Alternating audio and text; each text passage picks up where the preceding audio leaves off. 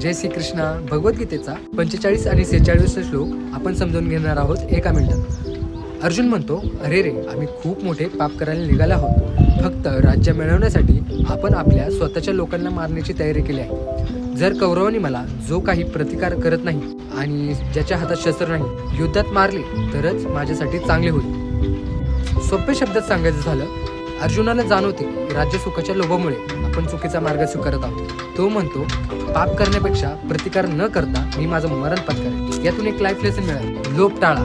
संपत्ती किंवा यशासाठी चुकीचा मार्ग निवडू नका. आजही अनेकदा आपल्याला यश किंवा फायदा मिळवण्यासाठी चुकीचे निर्णय घेण्याचा मोह होतो, पण अशा निर्णयांचा आपल्या नातेसंबंधांवरती, नैतिकतेवरती वाईट परिणाम होतो.